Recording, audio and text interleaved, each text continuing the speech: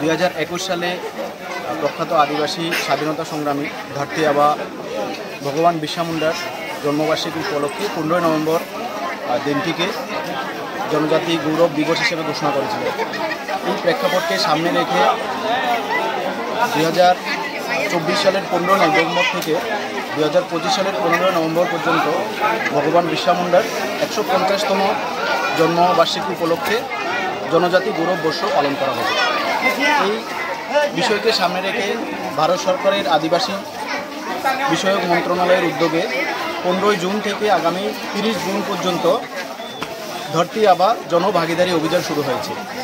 এই অভিযান ভারত সরকারের জনজাতি, যাকে আমরা বলি PM জন্মন, এবং ডাচগুয়া ধরতী আবা জনজাতি গ্রাম উৎকর্ষ অভিযান, এই দুটি কর্মসূচিকে সামনে রেখে সমস্ত আদিবাসী জনগণের ন্যায়, উন্নয়ন এবং মর্যাদা সুনিশ্চিত করা এবং এর সঙ্গে একদম প্রান্তিক সুবিধাগুলি পর্যন্ত সরকারের সমস্ত প্রকল্পগুলিতে স্যাচুরেশন মোডে নিয়ে যাওয়া।